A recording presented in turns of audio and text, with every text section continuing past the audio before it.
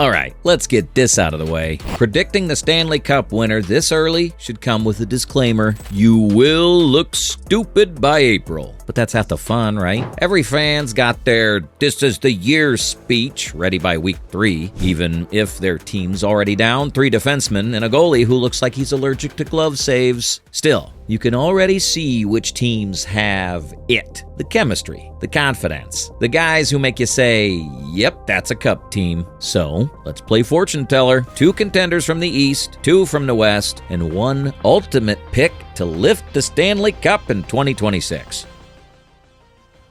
Eastern Conference, Carolina Hurricanes. Let's start with Carolina, the team that's been knocking on the door for years. At some point, you either kick the door in or admit you're locked out, and Carolina looks ready to finally bust through. They're sitting pretty at 5-1-0, already bullying the Metropolitan Division like it owes them rent. They've been consistent for 7 straight seasons under Rod Bandamore. 7 years of being that team you don't want to play, and now they got the firepower to match the grind. You got Sebastian Aho doing his usual quiet superstar thing. Doesn't say much, just scores and stares you down like a hockey robot. Svechnikov is healthy again, flying up and down the wing. And the front office finally stopped pretending that defense wins cups alone. They brought in Nikolaj Ehlers on a monster 6-year deal and added Keandre Miller to beef up the blue line. That's like giving a sports car 4-wheel drive. It's unfair. Their system's still that Brian DeMore signature. Hard forecheck, relentless pace, constant motion. You watch them play, and it feels like they're powered by Red Bull and revenge. But every team has that one, yeah, but moment. For Carolina, it's Frederik Andersen's health. You love the guy, but you hold your breath every time he stretches. Still, with Peter Kochetkov in the mix, you got a solid plan B. If Carolina stays healthy, they're the East's biggest nightmare. Balanced, deep, and mean. The kind of team that doesn't just beat you up, they make you question your life choices on the bench. But let's be honest, they're not alone in the East. There's one team that refuses to go quietly. Eastern Conference, Tampa Bay Lightning.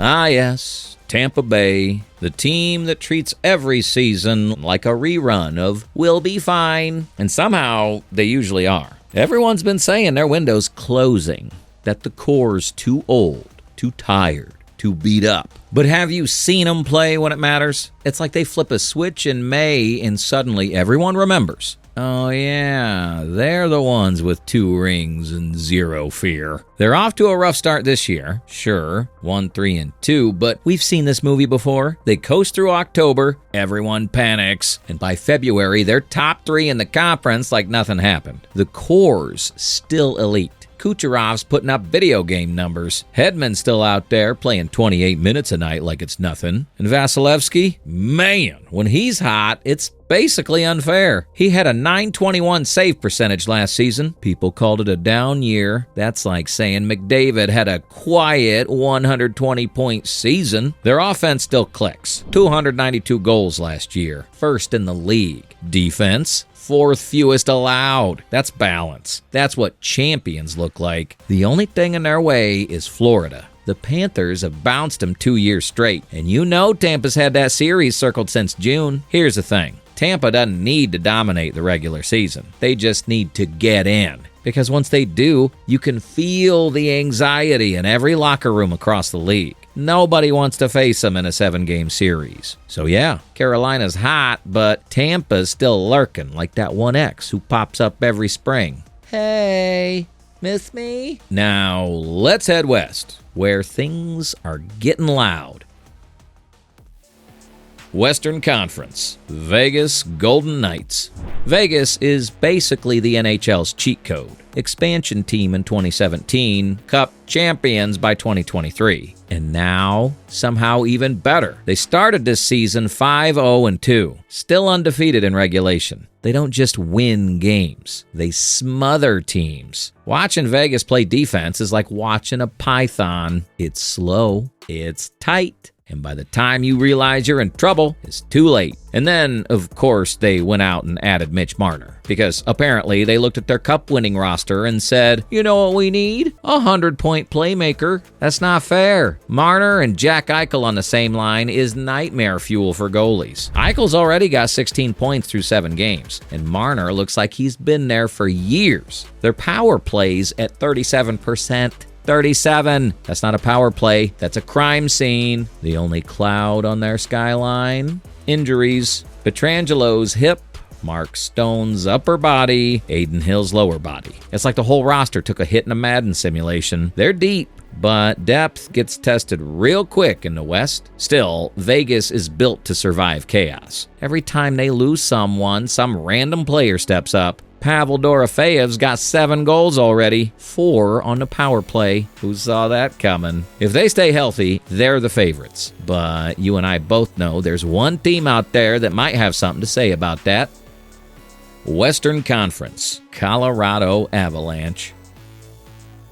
All right, here we go. The Avalanche. The team that looks like it was created in a lab to win hockey games. Every time you think they've peaked, they reload. McKinnon's still out there skating like he's late for something. Cale Makar still looks like he was born with a controller in his hands. And now they've added Martin Nikias and Brock Nelson? Come on. They started 5-0-1. Tied with Vegas, and haven't even hit full gear yet. That's what makes them terrifying. They're dominating without looking like they're trying. Their blue line is stacked again. Makar, Toews, Manson, and now Brent Burns. Yeah, the same Brent Burns, who's basically a hockey caveman with a cannon. Pair that with one of the best power plays in the league, and you got something special. The only thing holding them back lately has been goaltending, but even that's been solid. Scott Wedgwood stepped in early this season and played out of his mind. Once Mackenzie Blackwood returns, they'll be even more dangerous. They're the definition of complete. Fast,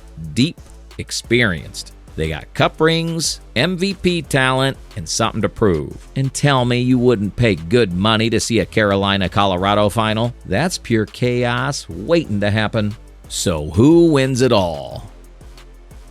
Here's where things get fun. If you ran this simulation 100 times, Carolina probably wins 40 of them. Vegas gets 25. Tampa sneaks in 15. But the other 20, that's Colorado's territory. They're too loaded, too consistent, and too familiar with what it takes. They're not the scrappy up-and-comers anymore. They're the seasoned killers. You look at McKinnon, and it feels like he's on a mission this year. He's already one of the best two-way centers in the world, and when the playoffs hit, he plays like someone's holding his family hostage. And Makar, forget it. He controls games like a quarterback in skates. There's not a single defenseman in the league who moves the puck like him. Colorado's biggest issue used to be secondary scoring, but with Nikias and Nelson filling that gap, that weakness is gone. Every line's a threat. Every shift feels dangerous. They got that 2022 confidence again. That we know we're better than you swagger that's impossible to fake. And experience matters. You can't teach the pain of losing Game 7. You can't fake what it feels like to hoist the cup. That's what separates contenders from champions. So yeah, you guessed it. I'm rolling with Avalanche to win the 2026 Stanley Cup. The final matchup, Avalanche versus Hurricanes. Picture this. The Avalanche versus the Hurricanes. Speed versus structure. Firepower versus discipline. McKinnon versus Aho. Makar versus Brindamore's forecheck. You want drama? This is it. Carolina's got the system. They'll trap you, suffocate you, grind you down. They've been building toward this moment for years. But Colorado's got the gear shift. When they decide to play fast, it's like watching a hockey version of Fast and Furious. The series goes 6, maybe 7. Every game's tight. Every shift feels like a war. But in the end, Colorado's depth and experience take over. One mistake from Carolina, one misclear, one bad change, and boom, game over. Makar gets the puck, walks the line, finds McKinnon on a one-timer, bar down, series over, cup lifted. Nathan McKinnon finally gets his Conn Smythe, the playoff MVP that slipped away in 2022. And just like that, the Avalanche raised their 3rd cup in franchise history. Why Colorado wins it. Let's break it down like we're at the bar arguing over it. Two best players in the series. McKinnon and Makar give them the edge every single night. You can't out-talent that duo. Improved depth. Nikias and Nelson change everything. No more relying solely on the top line. Defense wins cups. And their blue line's the best in hockey. No debate. Experience. They've been there, done that, and still have the parade hangover pictures to prove it. Balance. They're top 5 in both offense and defense. And that's before Blackwood's back in full rhythm. They got the firepower to win 6-5 and the discipline to grind out 2-1. That's a champions mix. So yeah, the Hurricanes are legit. Vegas looks scary. Tampa will always find a way to hang around, but Colorado, they're the complete package. So there you go. My 2026 Stanley Cup prediction. Colorado Avalanche take it all. 6 games over the Carolina Hurricanes. And yeah, go ahead and clip this for later when I'm completely wrong and Seattle wins the cup somehow. But for now, Colorado's my pick. McKinnon gets his moment. Makar gets his second ring. And the Avalanche remind everyone why they're still the class of the NHL. Now it's your turn. Who's your pick? You riding with Colorado or are you putting your faith in the Hurricanes' chaos? Tampa's vets or Vegas's cheat code roster? Drop it in the comments. Hit that like button and let's see who's got the guts to call their shot this early. Because if there's one thing we know about hockey, predicting it is dumb. But being right about it, that's legendary.